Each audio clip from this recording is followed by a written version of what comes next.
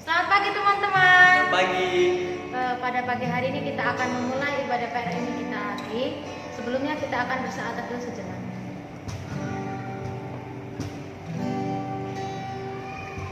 Amin. Kita akan memulai ibadah kita. Kita akan bernyanyi Tuhan Aku Rindu.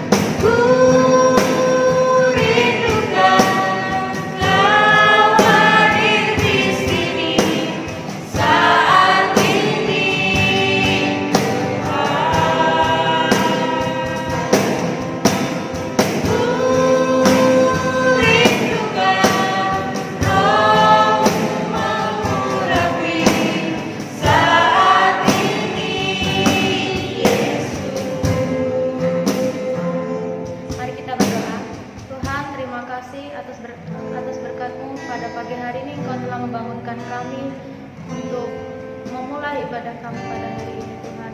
Tuhan, pada pagi hari ini kami akan memulai ibadah kami. Berkati kami dari awal, pertengahan hingga akhir. Inilah doa kami Tuhan. Haleluya. Amin. Kita akan mendengarkan firman Tuhan yang dibawakan oleh Guru Rocky. Sebelumnya kita akan bernyanyi satu-satunya yang kami.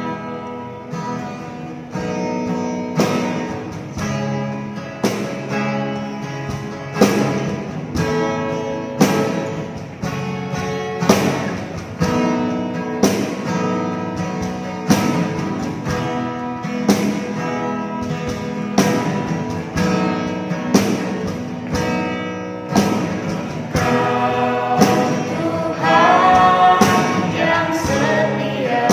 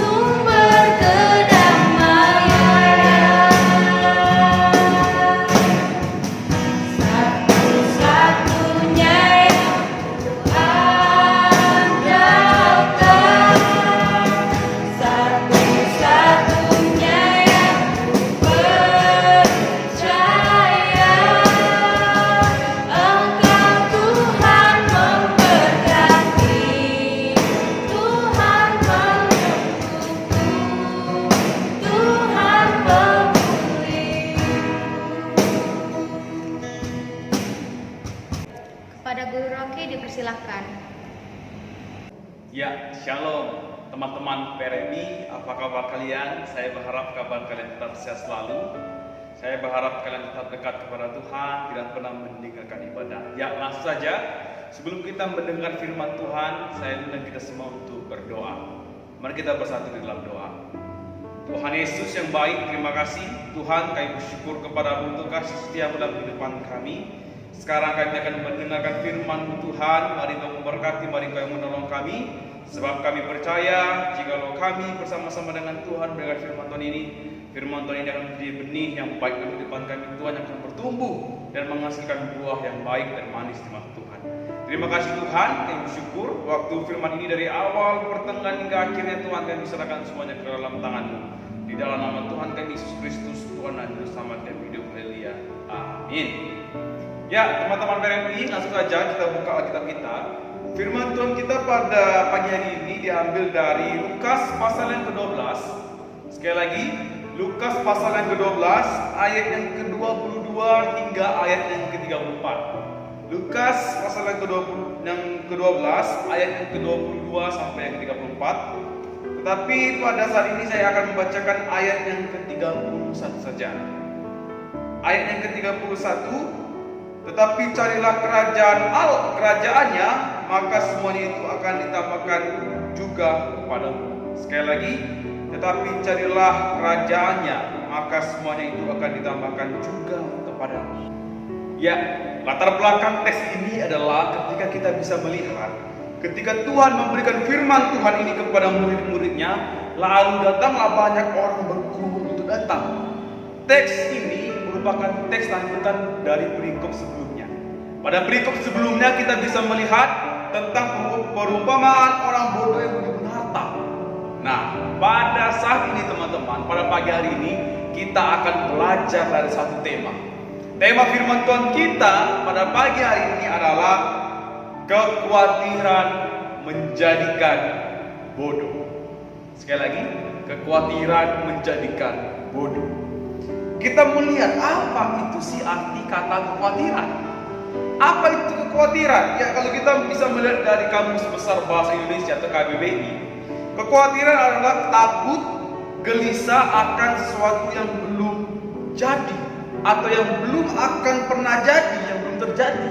Nah, teman-teman, sifat atau perasaan kekhawatiran ini merupakan sifat yang alami, sifat yang dimiliki oleh semua manusia. Tetapi mengapa Tuhan meletakkan perasaan kekhawatiran di dalam manusia? Di dalam teks ini ada tertulis kata 5 kali kata janganlah khawatir.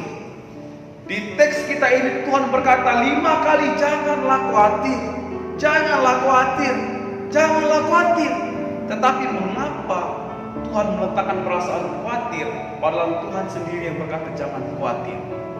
Nah, teman-teman, pada pagi hari ini kita akan sama-sama belajar. Kita akan belajar mengapa kita tidak boleh khawatir dalam kehidupan kita. Sekali lagi, mengapa kita tidak boleh khawatir di dalam kehidupan kita, teman-teman. Yang pertama, itu kita bisa buka di ayat yang ke-22 sampai yang ke-24. Yang pertama adalah karena orang yang khawatir adalah orang yang tidak percaya akan pemeliharaan Tuhan. Teman-teman, coba teman-teman perhatikan kata-kata berikut. Saya makan untuk hidup atau saya hidup untuk makan? Yang mana yang benar? Saya makan untuk hidup atau saya hidup untuk makan? Yang mana yang benar? Teman-teman pilih sendiri, nanti teman-teman komentar di kolom komentar yang di bawah. Yang kedua, tubuh untuk pakaian atau pakaian untuk menutupi tubuh? Konsep mana yang benar? Tubuh untuk pakaian atau pakaian untuk menutupi tubuh? Nah, teman-teman, pada saat ini atau di teks ini kehidupan kita itu dibandingkan oleh burung. Tuhan membandingkan kehidupan kita dengan burung yang tidak memiliki akal budi, tetapi tetap dipelihara oleh Tuhan. Jikalau teman-teman boleh jalan-jalan keluar pada waktu pagi hari, teman-teman melihat keluar, pernah nggak teman-teman melihat burung yang kelaparan? Atau pernah nggak teman-teman melihat burung yang demo karena nggak ada makanan? Pada teks ini Tuhan menunjukkan bahwa burung saja Tuhan pelihara. Burung-burung yang di udara aja Tuhan pelihara. Bagaimana dengan kita manusia, makhluk ciptaan Tuhan yang paling istimewa, memiliki akal budi? Mengapa kita tidak boleh khawatir? Karena orang khawatir adalah orang yang tidak percaya akan peliharaan. Burung saja Tuhan pelihara, apalagi kita sebagai manusia, pastilah Tuhan akan pelihara. Nah teman-teman, ketika kita hidup sebagai manusia, percayalah bahwa Tuhan akan memelihara kita. Kenapa? Karena kita jauh melebihi burung-burung yang ada di udara. Burung saja Tuhan pelihara, apalagi kita sebagai manusia, pastilah Tuhan akan pelihara, teman-teman. Nah teman-teman, ada suatu perumpamaan begini. Pada suatu hari adalah seorang peternak. Peternak ini mempunyai seekor indukan sapi yang sudah kurus sekali. Orang berkata, kenapa peternak itu hidup ya miskin, kurus pula, hewannya jelek pula, hidup lagi. Nah, akhirnya peternak ini mencari Tuhan, dia berdoa kepada Tuhan, Tuhan tolong berikan saya berkat-Mu Tuhan, ubahkan hidup saya, amin. Ketika peternak sudah berdoa, yang mencari Tuhan, yang mengandalkan Tuhan, akhirnya sapinya hamil. Sapinya hamil kembar, tiba-tiba langsung dua anak sapi keluar dari indukan sapi. Ketika sapi itu keluar dua, sang peternak bilang sama Tuhan, Tuhan terima kasih Tuhan, terima kasih sekali Tuhan sudah memberkati saya. Nanti anak sapi yang di sebelah sini untuk Tuhan, anak sapi yang di sebelah sini untuk saya. Berlalulah, semakin berlalu, ternyata sapi Tuhan tumbuh lebih besar daripada sapi petani. Tapi peternak tadi, nah si peternak yang mikir, nanti sapi ini Tuhan akan saya jual, saya potong, saya akan kasih ke gereja untuk sapi Tuhan. Tetapi sapi saya Tuhan, saya akan jual, saya beli mobil, saya beli rumah. Nah pada suatu hari, kedua sapi ini, dia pergi cari makan. Pada saat sapi ini dilepaskan ke suatu padang rumput yang luas, sang petani ini meninggalkannya lalu tidur. Seberapa waktu kemudian terdengar suara tabrakan. Buah! Ternyata sapi petani ditabrak oleh kereta. Ketika melihat itu, petani khawatir, ya Tuhan, sapi saya mati. Kalau sapi saya mati, nanti apa yang saya jual? Lah, mobil saya nggak jadi, rumah saya nggak jadi. Akhirnya si petani mikir, aduh, kalau begini saya nggak untung, rugi saya. Akhirnya si petani bilang sama Tuhan, Tuhan, sapi mati. Sapi Tuhan mati di tumbuh kereta ini sapi saya. Kekhawatiran dapat menjadikan kita sebagai orang yang tidak percayakan kepada Tuhan. Kalau kita terlalu khawatir dalam kehidupan kita adalah orang-orang yang tidak percayakan kepada Tuhan. Sebagai anak-anak remaja pada saat ini, apa yang membuat dirimu khawatir? Soal nilai kan? Soal apakah? Teman-teman, percayalah akan pemeliharaan Tuhan, karena orang yang percaya akan pemeliharaan Tuhan itulah orang yang akan dipelihara oleh Tuhan. Lanjut, mengapa kita tidak boleh khawatir? Yang kedua adalah karena kekhawatiran membuat kita tidak bertumbuh di dalam iman. Sekali lagi, karena kekhawatiran tidak membuat kita bertumbuh di dalam iman. Itu bisa kita melihat dari ayat yang ke-25 sampai yang ke-29. Teman-teman, di ayat yang ke-25 Tuhan bertanya kepada murid-muridnya, siapakah di antara kamu yang karena kekhawatirannya dapat menambahkan sehasta saja pada jalan hidupnya? Ada kata sehasta, ini menarik. Apa itu arti kata sehasta? Teman-teman, kata sehasta merupakan suatu ukuran. Inilah sehasta. Pada saat ini Tuhan ingin memberitahukan kepada kita, kekhawatiran tidak akan membuat hidupmu sedikit pun maju. Tidak akan menambah sedikit pun apapun dalam kehidupan kita, akan menambah apa-apa. Mengapa kita tidak perlu khawatir? Karena kalau kita khawatir, kita tidak bertumbuh iman kita di dalam Tuhan. Sekali lagi teman-teman, pada teks ini Tuhan membandingkan kehidupan kita dengan bunga bakung yang ada di zaman. Bagaimana Tuhan memelihara bunga bakung, bunga yang pada hari ini ada, besok sudah mati. Tetapi yang menarik teman-teman, bunga bakung ini melebihi Raja Salomo. Teman-teman tahu siapa Raja Salomo? Raja Salomo merupakan merupakan raja yang paling kaya pada masanya. Kekayaan Raja Salomo itu sungguh amat luar biasa. Teman-teman bisa cek sendiri di Alkitab. Raja Salomo raja yang paling berhikmat, dan tidak ada lagi raja seperti Raja Salomo. Tetapi Tuhan berkata, Raja Salomo tidak memiliki pakaian seindah bunga bakung ini. Bunga bakung yang pada hari ini ada, besok mati, Tuhan pelihara. Bagaimana dengan kita, anak-anak Allah? Tidakkah Tuhan akan pelihara kita lebih daripada bunga tadi? Tidakkah Tuhan akan memelihara kita lebih daripada bunga yang pada hari ini ada besok mati? Mengapa kita tidak boleh khawatir? Karena Tuhan akan memelihara kita. Karena kekhawatiran akan membuat iman kita tidak bertumbuh di dalam Tuhan. Dan yang terakhir teman-teman, mengapa kita tidak boleh khawatir? Yang terakhir adalah karena kita memiliki Bapa di surga. Kita bisa melihat di ayat yang ke-30 sampai yang ke-34. Di sini ada kata Bapa di surga. Cukup menarik sekali teman-teman. Tuhan pada saat ini menjelaskan ada kata Bapa di surga.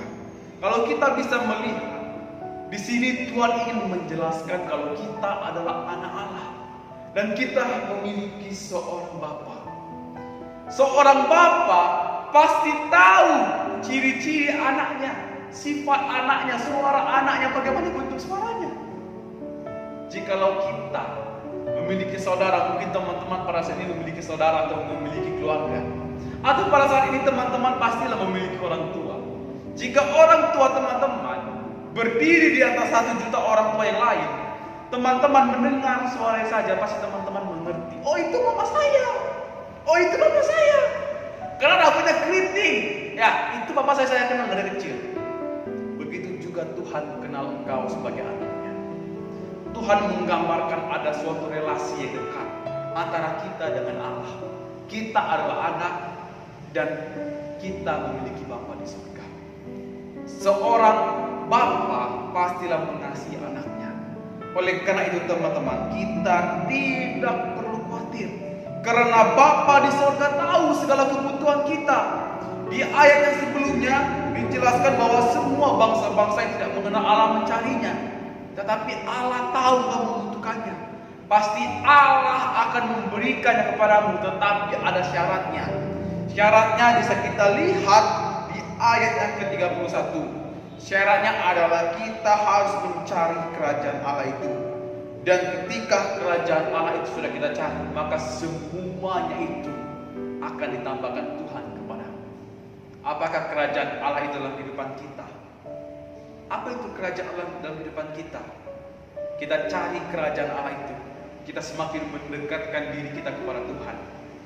Sering baca Alkitab, sering berdoa, sering ikut ibadah. Jangan tinggalkan ibadah itu, karena melalui itulah kita akan dipelihara oleh Allah. Nah teman-teman, saya tutup firman Tuhan ini dengan satu ilustrasi terakhir.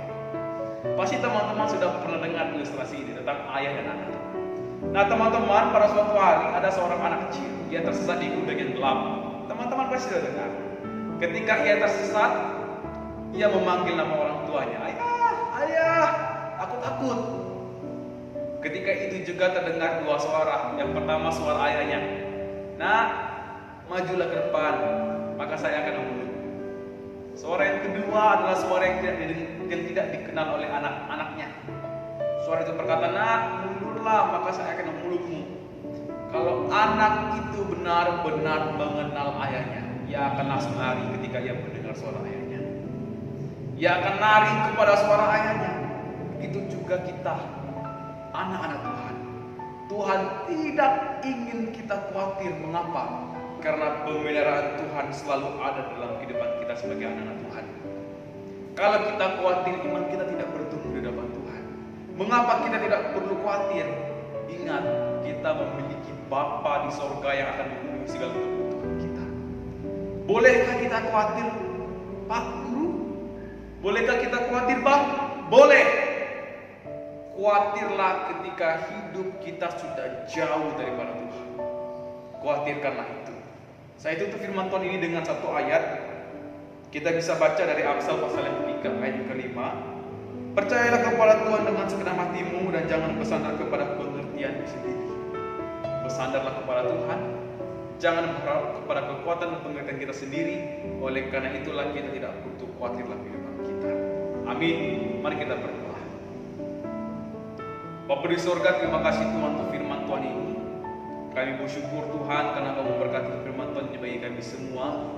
Biarkan anak-anak-Mu Tuhan yang mendengar firman Tuhan ini, iman mereka semakin bertumbuh, semakin berbuah di hadapan Tuhan. Terima kasih Tuhan, ajarkan kami Tuhan untuk benar-benar mengasihi-Mu, sehingga kami tidak khawatir melalui kehidupan kami. Terima kasih Bapa, kami bersyukur kepada-Mu Tuhan, kami berdoa demi nama Tuhan kami Yesus Kristus. Haleluya. Amin. Kita sudah mendengarkan firman Tuhan yang dibawakan oleh Guru Rocky. Sekarang kita akan mengumpulkan persembahan. Kita akan bernyanyi Jangan Lelah.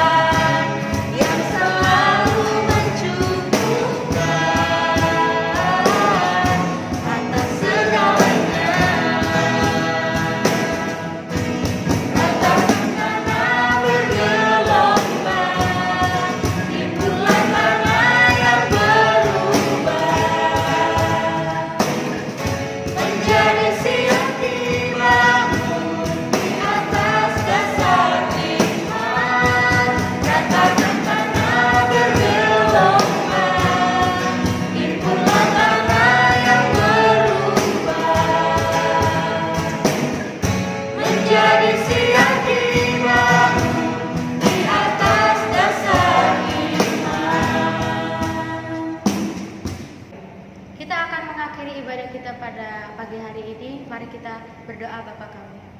Bapa kami yang di surga, dikuduskanlah namamu, datanglah kerajaanmu, jadilah kehendak-mu di surga.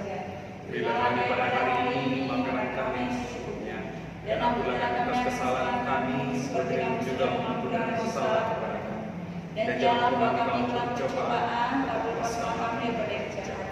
Karena Tuhan punya kerajaan dan kuasa dan kemuliaan sampai selama-lamanya. Amin.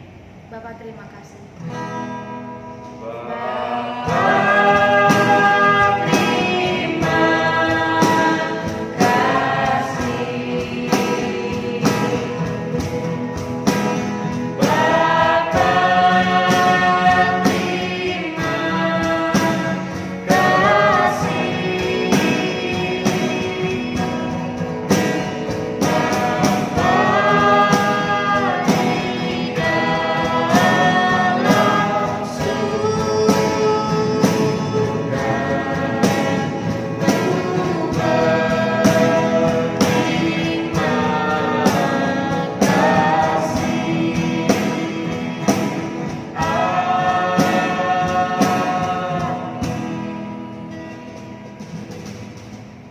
Selamat pagi teman-teman, selamat hari Minggu.